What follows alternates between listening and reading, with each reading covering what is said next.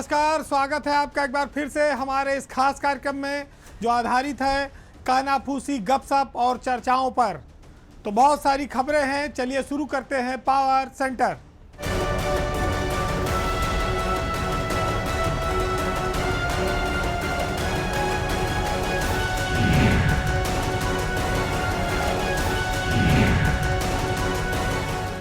Power centre में आज बात एक ऐसी खबर की जिसकी वजह से ब्यूरोक्रेसी में बड़ी अफवाह उड़ गई। मामला ये है कि पिछले दिनों कई जिलों के डीएम बदले गए। उसमें ये चर्चा चल पड़ी कि लखनऊ के डीएम सूरपाल गंगवार को भी हटा दिया गया है। अब आधी रात का मामला था, जिसका तबादला हुआ उसको पता नहीं था। अब सोने के टाइम पे खबर आई, रात भर नींद नहीं, जागरण करना पड़ा।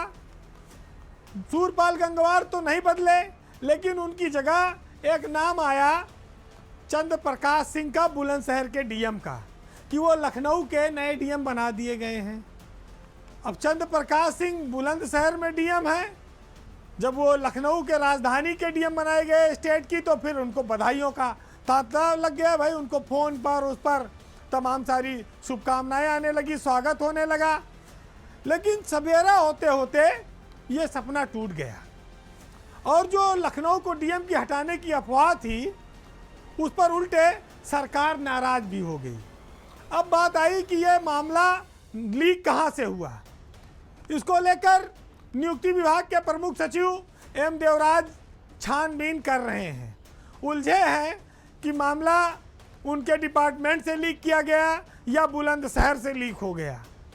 कैसे हुआ, ये गलत खबर किसने फैलाई, घर का भेदी कौन है, इस पर काफ़ी नियुक्ति विभाग में छानबीन चल रही है। अब दूसरी ओर जो बुलंदशहर के डीएम चंद्र प्रकाश सिंह, जब सवेरे उनको जानकारी तो चुप्पी मार के बैठ गए कि पता लगा कि लखनऊ तक तो पहुँचेंगे नहीं, जो है यहू न छिन जाए, तो इसको पहले बचाओ। तो इस सब बचाने के चक्कर में ये मामले को अभी मिट्टी के नीचे दबा दिया गया है, लेकिन अंदर अंदर आग सुलग रही है और आने वाले दिनों में नियुक्ति विभाग में देवराज कोई बड़ी कार्रवाई कर सकते हैं। लखनऊ के साथ साथ भाई उमेश प्रताप सिंह जो शाहजहांपुर के डीएम हैं, वो भी हटाए गए। यह हुआ कि भाई खन्ना जी के ज़िले में लंबे समय से डीएम थे, 3.25 साल लगभग उनको हो गया था। ऐसा क्या हो गया कि उमेश प्रताप सिंह को हटा दिया गया। फिर जानकारों ने यह बताया कि शाहजहांपुर में डीएम और एसपी आपस में एकदम भिड़ंत की नौबत आ गई थी।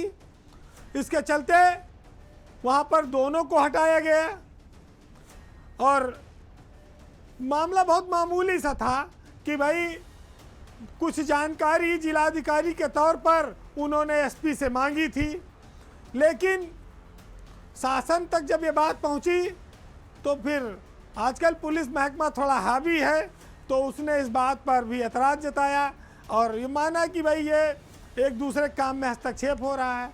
उमेश प्रताप सिंह थोड़ा अक्खड़ स्वभाव के अफसर, थोड़ा तेज तर्रार ज़्यादा माने जाते हैं। अब सरकार चाहती तो उनको हटाकर उनको दूसरे जिले में भी पोस्ट कर सकती थी, लेकिन शायद पुलिसिया दबाव के चलते और मामला बराबर का दिखाने के नाते डीएम को भी शासन में किनारे कर लगा दिया गया। एसपी को सरकार पहले ही हटा दी थी, तो इस वजह से इन दोनों अफसरों को, उमेश सिंह को और एसपी को, जिला छोड़ना पड़ा है।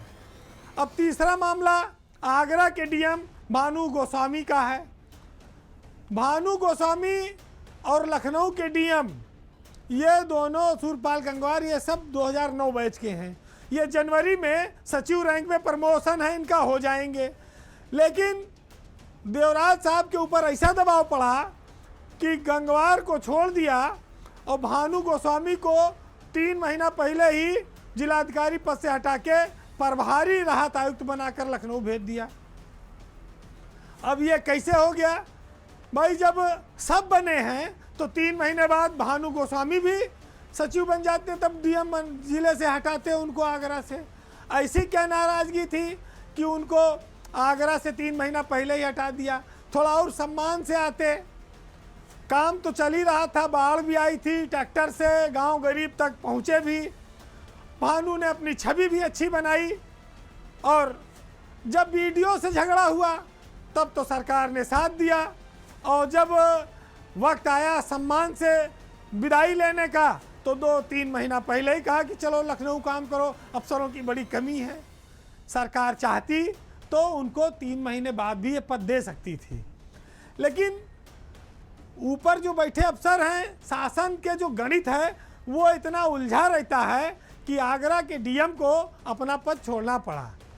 तो ये कई सारी ऐसे तिकड़म और कहानियां चलती हैं जिनको लखनऊ में बैठे बहुत सारे अफसर और लखनऊ के बाहर के लोग भी समझ नहीं पाते कि किसने किसका काम लगा दिया और कौन किसको कहां खिसका दे रहा है। अब बात एक ऐसी खबर की जिसको आप ये कह सकते हैं कि चिराग तले अंधेरा है। बात पश्चिमी उत्तर प्रदेश की है, मेरठ जिले की है। जब विधानसभा के चुनाव 2022 में हो रहे थे, चुनाव प्रचार चल रहा था, तो मेरठ में एक जगह है सोतीगंज इलाका। सोतीगंज इलाका वो है जिसको बीजेपी ने अपने भाषणों में बहुत बड़ा मुद्दा बनाया था, क्योंकि इस इलाके में पूरे एनसीआर से, विभिन्न राज्यों से वाहन चोरी करके, लूट करके लाए जाते हैं और यहाँ पर वो काट के बेचे जाते हैं। वाहनों की अवैध कटान होती है। आप इसको वाहनों का स्लाटर हाउस भी कह सकते हैं, क्योंकि एनसीआर में एक बहुत बड़ा केंद्र बना हुआ था। सोतीगंज इलाका भाजपा सरकार को काफ़ी वोट दिला गया और इसी वजह से उसको बंद कर दिया गया, लेकिन मेरठ में एक सोतीगंज बंद हुआ तो आसपास कई जिलों में कई सोतीगंज खुल गए। हैरत की बात यह है कि बीजेपी ने सोतीगंज में इस अवैध काम को बंद कराकर काफ़ी वाहवाही लूटी थी, लेकिन अगल बगल के जिलों में जब खुलासा हुआ तो वो चुप्पी मारे बैठी है। उल्टे खुलासा करने वालों और लेटर सार्वजनिक होने वालों पर वो नाराज है कि ऐसा क्यों किया गया। मामला आज आपके सामने है बुलंदशहर के खुर्जा देहात थाने का, जहां पर बहुत बड़ी संख्या में गाड़ियों की कटान का मामला सामने आया।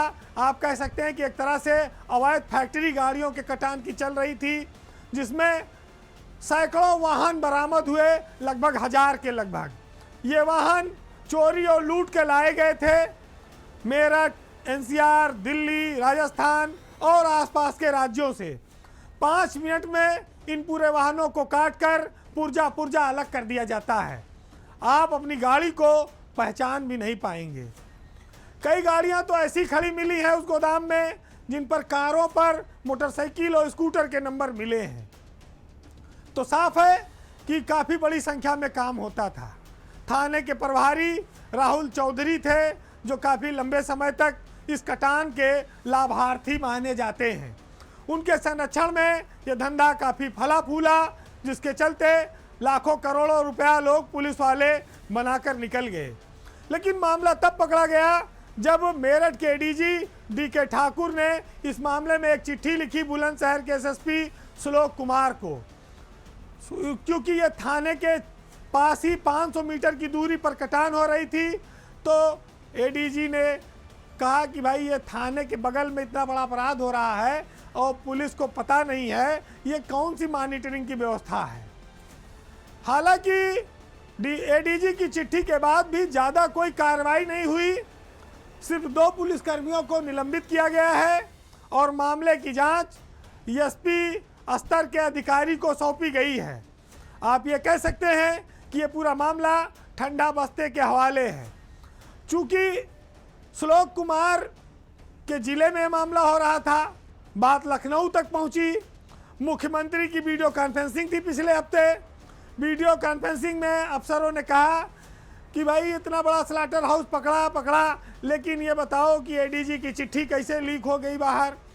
लोग कार्रवाई से पहले अफसर मीडिया को दे देते हैं चिट्ठी पत्री और इससे सरकार की बदनामी होती है। तो देखिए कितनी हंसने वाली बात है कि जब चोरी जो पकड़ ले और चोरी की ओर इशारा करे, तो चोरी पर और चोर को पर कार्रवाई के बजाय चोरी बताने वाले पर ही उंगली उठाई जाने लगती है।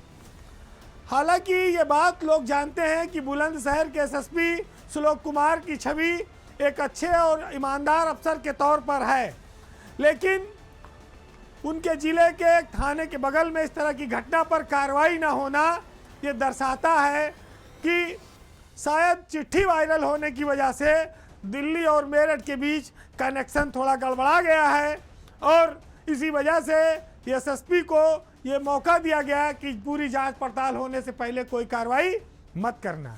लेकिन आप देखिए कि जो सरकार भ्रष्टाचार पर जीरो टॉलरेंस की बात करती है, बुलंदशहर के नए सोतीगंज पर अभी तक किसी बड़े पर कोई कार्रवाई नहीं की है, जबकि थाने के बगल कोई काम होगा और लाखों रुपए की रोज कमाई होगी तो स्वाभाविक है कि थाना अध्यक्ष, सीओ, एडिशनल सबको जानकारी होगी। अब ऐसा क्यों हो रहा है? क्या इस मामले में कोई नया एंगल निकल आया है अफसरों की टसन का? ये सब बड़ा महत्वपूर्ण हो जाता है। फिलहाल कार्रवाई आज नहीं तो कल होगी। जांच रिपोर्ट कितने दिनों तक दबाई जाएगी, सच्चाई खुद ब खुद सामने आएगी। खबर सियासत से जुड़ी है, सत्ता पक्ष और विपक्ष के अंतर को दिखाती है, क्योंकि अगर आप सत्ताधारी दल के विधायक हैं तो आपकी बहुत सारी गलतियां माफ़ हो जाएंगी और अगर आप विपक्ष के विधायक हैं तो चींटी मारने पर भी आपको जेल हो सकती है। यूपी के विधायकों की कुछ अजब हाल है। पिछले दिनों ये तस्वीर आपको देखने को मिली है जिसमें सत्ता से जुड़ी हुई विधायक दबंगई करती नजर आ रही हैं और उनकी इस दबंगई को जायज़ माना गया। मामला लखीमपुर खीरी का है। विरोध करने पर समाजवादी पार्टी के कार्यकर्ताओं और नेताओं पर लाठियां भी बरसाई गईं। दूसरा मामला भदोही से समाजवादी पार्टी के विधायक जाहिद बेग का है, जिनके घर में नौकरानी द्वारा आत्महत्या करने पर, जो कि नाबालिग बताई जाती है, उस मामले में उनकी पत्नी, बेटा और विधायक खुद फंस गए। इटावा में भी एक रेल की हरी झंडी दिखाते समय विधायक को ऐसा धक्का लगा कि पटरी गिर गई। ये तो कहो ट्रेन नहीं चल रही थी, नहीं सरता भदौरिया के साथ कुछ भी हो सकता था। तो ये तीन नाम आपके सामने हैं जहां पर भाजपा की श्रीनगर लखीमपुर से विधायक मंजू त्यागी का मामला है और भदोही से समाजवादी पार्टी के विधायक जाहिद बेग का मामला है और सरता भदौरिया का मामला है। मंजू त्यागी काफ़ी तेज तर्रार विधायकों में उनकी गिनती होने लगी है। अभी चीनी गन्ना समिति के जो चुनाव चल रहे थे उसमें उन्होंने जो लोग नामांकन करने आए थे उनका नामांकन का पर्चा वो एसडीएम के सामने छीन ले गई। इसके पहले वो फूलविहड़ के थाना अध्यक्ष विद्याराम के साथ उनका एक ऑडियो 2-3 साल पहले वायरल हुआ था जिसमें उन्होंने जूते से मारने की बात कही थी। विधायक खुलेआम पर्चा छीन कर ले जा रही हैं और प्रशासन मुंह ताक रहा है। अब इससे ज़्यादा और क्या चाहिए अपनी सरकार में। दूसरी ओर झंडी दिखाने के चक्कर में भाजपा नेताओं के धक्का धुक्की में विधायक ट्रेन की पटरी पर आ गई। ट्रेन रुकी हुई थी वंदे भारत, चूँकि बहुत ड्रीम प्रोजेक्ट है मोदी सरकार का, लिहाजा विधायक जी की जान बच गई। लेकिन जो हालात हैं वो सब विधायकों के लिए एक समान नहीं है। जाहिद बेग इस समय ताज़ा मामले में फंसे हैं। उनके घर पर काम करने वाली एक नौकरानी, उसकी आत्महत्या कर ली उसने और उसके इस आत्महत्या के मामले में उनके बेटे और विधायक जाहिद बेग दोनों जेल जा चुके हैं। अभी उनकी पत्नी को पुलिस ढूंढ रही है। ये तो कहिए कि बुलडोजर पर सुप्रीम कोर्ट ने एक नया कानून बना दिया जिसकी वजह से जाहिद बेग इतनी राहत की सांस ले सकते हैं, नहीं तो अब तक शायद उनका घर भी ढहाया जा चुका होता। तो एक आत्महत्या के चलते पूरा परिवार विधायक का जेल चला गया है, एक कगार पे है। दूसरी ओर विधायक जूता मारने से लेके नामांकन के पर्चे ले जाने तक की तस्वीर है, लेकिन उसका विरोध करने पर लाठियां उल्टे समाजवादियों को मिली हैं। सत्ता का ये हमेशा एक चरित्र रहा है, विपक्ष के प्रति वो हमेशा कठोर रही है। खास तौर से भाजपा सरकार चुनावों के मामले में कभी भी कोई बात आती है तो लखीमपुर वैसे भी काफ़ी नाम कमाता रहा है। पहले उसने क्षेत्र पंचायत के चुनाव भी कमाया था ब्लॉक प्रमुखी में, जहां कपड़े तक उतर गए थे। अब देखिए गन्ना समिति के चुनाव में तो भाजपा की महिला विधायक भी किसी से कम नहीं है। भले लोग समाजवादी पार्टी में गुंडों की बात करते हो और दबंगई की बात करते हो, लेकिन ये जो तस्वीरें दिखी आपने मंजू त्यागी की, ये भी अपने आप में बहुत बाहुबल का प्रतीक है, कोई मामूली बात नहीं है। और सत्ता में रहने पे ये सब ताकत आती जाती है, ये समय का अंतर है। और इस अंतर को पहले बरेली में पेट्रोल पंप गिराए जाने वाले विधायक ने पहले समझा, फिर कानपुर में शीशा मऊ वाले विधायक ने समझा, और अब जाहिद बेग पर आकर अभी ये मामला रुका है। अभी देखिए और कितना आगे जाएगा, कहां कहां। अब बात योगी सरकार के एक सबसे चर्चित मंत्री की, क्योंकि उनके बयान बड़ी सुर्खियां पाते हैं टीवी से लेकर सोशल मीडिया तक। उनका बड़ा जलवा है इस मामले में। लेकिन मंत्री जी इन दिनों कुछ पीड़ित हैं, क्योंकि वो सहयोगी दल में हैं और बड़े भारी भरकम महकमा उनको दिया गया था और उनसे कहा गया कि भाई आप अब पूरा एक छत्र राज है आपका और बढ़िया विभाग पंचायती राज और अल्पसंख्यक मिला है, अब आप मस्त रहो और भाजपा का साथ दो। पूरे दमखम के साथ वो जुट गए। उनके बयान सोशल मीडिया में लाखों लाख व्यू आते हैं, वो काफ़ी अपनी अहमियत को महसूस करते हैं। लेकिन उनकी अहमियत को सरकार के अफसर नहीं महसूस करते, न मानते हैं। ओम प्रकाश राजभर बेबाक जरूर हैं, लेकिन अफसरों पर उनका वो दबाव नहीं चल पा रहा है। अब सब तो छोड़ो, अपने विभाग के प्रमुख सचिव से वो एसीएस से थोड़ा दुखी हैं। भाजपा ने उनको सम्मान तो पूरा दे दिया, लेकिन काम करने के मामले में उनके हाथ थोड़े तंग कर दिए। मंत्रालय भारी भरकम है, कल्याण का भी काम है मुस्लिमों के। इतना सब पाकर भी जब दिल में दर्द हो तो चेहरे पर खुशी कैसे आएगी। उनकी परेशानी का कारण उनके विभाग के प्रमुख सचिव एसीएस रैंक के अफसर नरेंद्र भूषण है। ये एक तरह से शीत युद्ध चल रहा है पंचायती राज विभाग में। मुखिया योगी आदित्यनाथ के सामने भी वो अपना दुखड़ा रो चुके हैं कि विभाग नहीं चल पा रहा है, और प्रशासनिक मुखिया मनोज कुमार सिंह के सामने भी नरेंद्र भूषण को हटाने के लिए वो चक्कर लगा रहे हैं। एक छत्र राज उनका इस विभाग पर कायम नहीं हो पाया। भाई इतना बड़ा विभाग है, गांव गांव तक पहुंच है, सब कुछ है, हरियाली भी है, सम्मान भी है, खाने पीने के इंतजाम भी है, व्यवस्था ठहरने के लिए भी है, लेकिन प्रमुख सचिव ऐसा अड़ंगा लगाए हुए हैं कि कोई मामला आगे बढ़ नहीं पा रहा है। अब नरेंद्र भूषण सरकार के कितने प्रिय हैं कि मंत्री नहीं चाहते, फिर भी वो बार बार अच्छे विभागों में आ जाते हैं। उन पर सरकार मेहरबान रहती है, 2-4 महीना इधर उधर बैठ जाती, फिर कोई बहुत बड़ा विभाग दे देती है। बताते हैं कि उनकी छवि बहुत अच्छी है। उनका आज तक बाल बांका नहीं हुआ। जब पीडब्ल्यूडी में बहुत बड़ा तबादला घोटाला हुआ था, वहाँ भी वो थे।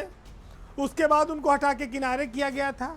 इस लड़ाई में विभाग सुस्त पड़ जाए, विभाग ठप हो जाए, लेकिन देखो माल इधर उधर नहीं आना चाहिए। जो काम सही हो सही से चलेगा। अब एक नई कहानी शुरू हुई पंचायती राज में कि वहाँ डायरेक्टर के बजाय डीजी का नया पद सृजित करने की चल रही है कहानी। पैसा सब भारत सरकार देती है, पद ये लोग क्रिएट कर रहे हैं। यहाँ पता नहीं वहाँ अनुमति है या नहीं है। नरेंद्र भूषण के मामले में ब्यूरोक्रेसी में हर कोई जानता है, तो देखता है कहते भैया ये क्या व्यवस्था है कि इनको बार बार सरकार ले आती महत्वपूर्ण पद पे। नोएडा में 3-3.5 साल वो सीईओ रह के आए अथॉरिटी में। जो भट्ठा बैठाए थे उसको आज तक उस चीज़ को लोग दुरुस्त नहीं कर पाए। जो खंबा हिल गया वो सीधा नहीं हो पाया। पीडब्ल्यूडी में बदनाम होकर उनको हटाया गया तबादलों के मामले में। लेकिन योगी सरकार में छटपटी मची रही और 6 महीना बीता होगा कि नरेंद्र भूषण को पंचायती राज और ऊर्जा और पारंपरिक ऊर्जा स्रोत जैसे तमाम सारे बड़े विभाग उनके हवाले कर दिए गए। अब जिसका इतिहास इस तरह का रहा हो उसको फिर बार बार आप महत्वपूर्ण विभाग दे रहे हैं, तो इससे साफ है कि सरकार ही चाहती है कि मंत्री और प्रमुख सचिव आपस में टसन बनी रहा है। लड़ते रहें, इनको चैन न लेने दो। अगर चैन आ गया और कब्जा हो गया तो फिर पता नहीं क्या क्या कर ले जाएंगे। पीला गमछा के नाम से मशहूर ओम प्रकाश राजभर भले चाहे जितना लाल पीला नीला सब हो जाए, लेकिन अपने प्रमुख सचिव को नहीं हटवा पा रहे हैं। मायूसी से कई बार दरवाजे से उनको निकलते देखा गया है। तो ये हाल सहयोगी दल के सबसे ताकतवर मंत्री का है, जिसका दिल का दर्द होठों तक नहीं आ पा रहा है, लेकिन विपक्ष को कोसने में उनसे बड़ा शायद कोई लंबरदार हो। तो पावर सेंटर में अब हम समापन पर हैं, और समापन पर जाते जाते आपको मुनव्वर राना के एक शेर के साथ छोड़ जाएंगे, जो सामाजिक जीवन की, जो ऊंच नीच की, जो भेदभाव की और जिम्मेदारियों की शायरी करते रहे हैं और लोगों को इसका एहसास दिलाते रहे हैं। तो सुनिएगा कि न मैं कंघी बनाता हूँ न मैं चोटी बनाता हूँ, गज़ल में आप बीती को मैं जगबीती बनाता हूँ। मैं अपने गांव का मुखिया भी हूँ, बच्चों का कातिल भी, जलाकर दूध कुछ लोगों की खातिर घी बनाता हूँ। सज़ा कितनी बड़ी है गांव से बाहर निकलने की, वहाँ मैं मिट्टी गूंथता था, यहाँ डबल रोटी बनाता हूँ। बस इतनी इल्तिजा है, तुम इसे बर्बाद मत करना, तुम्हें इस मुल्क का मालिक मैं जीते जी बनाता हूँ। नमस्कार।